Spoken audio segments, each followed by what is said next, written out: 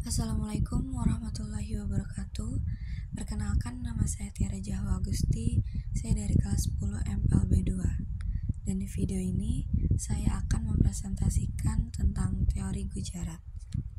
Dan yang pertama-tama adalah peta konsep, yaitu dikenal juga dengan teori India bahwa agama Islam masuk ke Indonesia dari Gujarat sampai pada abad 13 Masehi.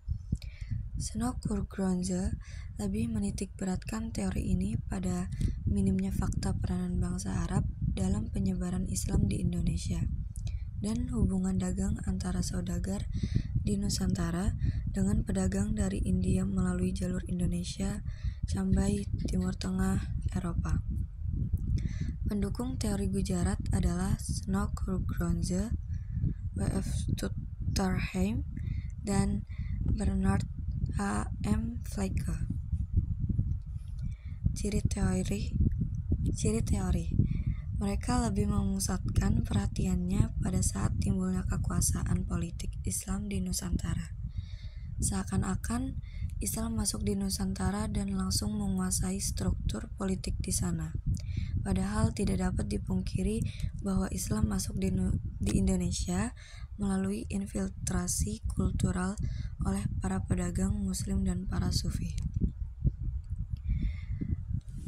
Dan pengertian teori Gujarat adalah teori Gujarat ini adalah teori masuknya ajaran agama dan kebudayaan Islam ke Nusantara, Indonesia, melalui para pedagang yang berasal dari Gujarat. Gujarat itu sendiri adalah salah daerah atau wilayah yang letaknya ada di India bagian barat. Selain itu, daerah Gujarat letaknya juga dekat dengan Laut Arab. Oleh sebab itu, nama dari teori ini adalah Gujarat, karena Islam dibawa masuk oleh para pedagang yang berasal dari Gujarat, India. Teori Gujarat ini pertama kali dicetuskan atau ditemukan oleh seorang sarjana yang bernama J. Pitznapel pada abad ke-19. Ia adalah seorang sarjana yang berasal dari Universitas Leiden, Belanda. J. Pitznapel berpendapat bahwa pada awal Hijriah atau pada abad ke-7 Masehi, banyak sekali orang Arab yang tinggal atau menetap di Gujarat dan Malabar. Meskipun orang-orang Arab itu menetap di Gujarat, tetapi mereka bukanlah kelompok yang membawa masuk atau menyebarkan ajaran agama dan kebudayaan Islam ke Indonesia.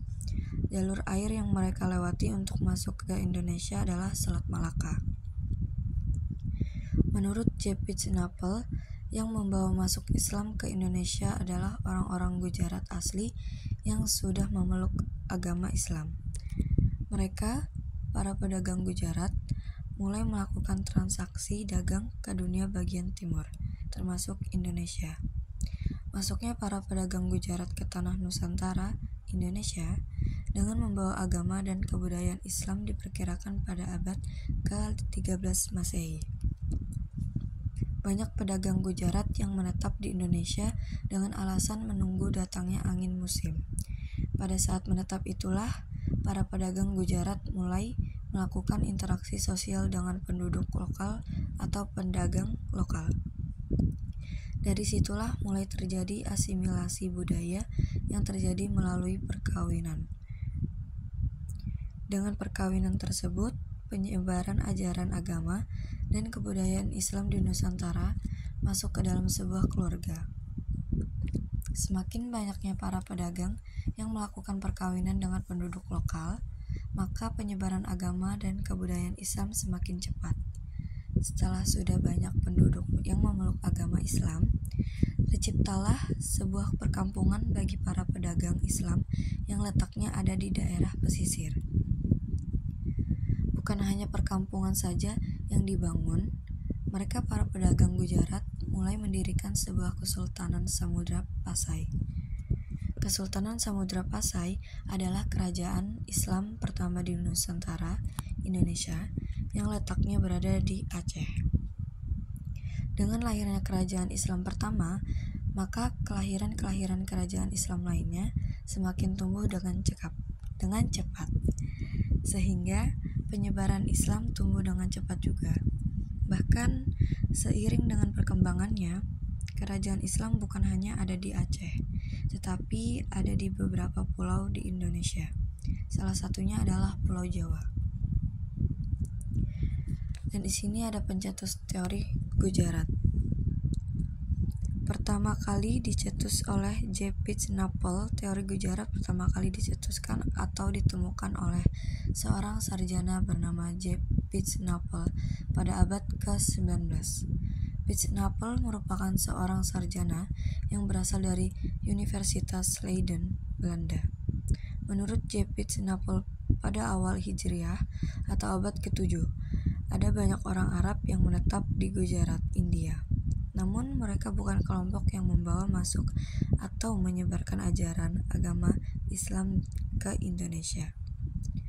J. Pitts-Napel mengemukakan bahwa kelompok yang membawa masuk Islam ke Indonesia adalah orang-orang Gujarat asli yang sudah memeluk agama Islam sebelum mereka datang ke Nusantara. Mereka kemudian melakukan hubungan dagang ke wilayah bagian timur, termasuk Indonesia. Sejak berniaga di Indonesia, banyak pedagang Gujarat Islam yang menetap dengan alasan menunggu datangnya angin musim. Alhasil, para pedagang Gujarat pun melakukan interaksi sosial dengan penduduk atau pedagang lokal. Dari situlah terjadi asimilasi budaya melalui perkawinan. Banyak pedagang Gujarat yang menikah dengan penduduk lokal Indonesia. Lebih lanjut, lewat perkawinan itu pula ajaran agama Islam mulai tersebar dan berkembang di Indonesia. Snoek Hurgronje mengembangkan teori Gujarat. Teori Gujarat juga dikembangkan oleh seorang asal Belanda bernama Snoek Hurgronje. Menurut penjelasan Snoek, Islam saat itu menjadi agama mayoritas di beberapa kota pelabuhan anak benua India, Asia Selatan atau India. Banyak di antara mereka yang kemudian berdagang ke Nusantara dan menjadi penyebar Islam pertama. Baru setelah itu disusul oleh orang-orang Arab yang melanjutkan penyebaran Islam di Nusantara. Salah satu bukti sejarah masuknya Islam ke Nusantara menurut teori Gujarat adalah ditemukannya makam Malik As-Saleh 1297. Makam Malik As-Saleh dikatakan mirip dengan batu nisan yang ada di Gujarat. Pendapat ini turut didukung oleh sejumlah sejarawan lain. Salah satunya Mokwete. Mokwete telah melakukan penelitian terhadap batu nisan di Pasai dan Gresik, Jawa Timur. Berdasarkan hasil penelitiannya, banyak batu nisan di tempat itu yang mirip dengan batu nisan di Gujarat. Kelebihan teori Gujarat. Teori yang menyatakan bahwa Islam di Indonesia berasal dari Gujarat didukung oleh coral nisan Sultan Samudra Pasai Malik As-Saleh. Dalam nisan yang berangka 1297 Masehi tersebut, terdapat corak yang mirip dengan corak nisan yang ada di Gujarat. Selain itu, pendapat Hurgronje didukung adanya inskripsi tertua tentang Islam di Sumatera yang mengindikasikan hubungan antara Sumatera dan Gujarat. Sumatera Utara, khususnya Pasai, juga disebut dalam kisah perjalanan seorang musafir Maroko bernama Ibnu Battuta sebagai tempat yang penting bagi rekonstruksi perkembangan Islam di Kepulauan Sumatera. Teori ini semakin diperkuat dengan temuan 3 batu nisan Muslim dari paruh pertama abad ke-15 Masehi yang ditemukan di daerah Pasai. Ketiga batu nisan tersebut memiliki persamaan dengan batu nisan Maulana Malik Ibrahim di Gresik yang meninggal pada tahun 1419.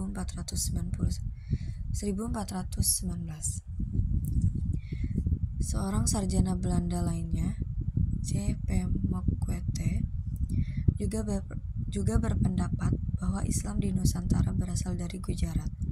Mokwete mengatakan bahwa batu nisan Maulana Malik Ibrahim bentuknya sama dengan batu nisan yang terdapat di Cambai, Gujarat.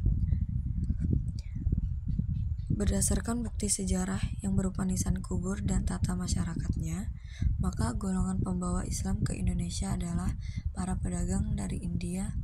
Pendapat McQuete banyak didukung oleh peneliti lain, seperti Kern, Winstead, Bogscoot, Flecke, Gonda, Skrick, dan Hall.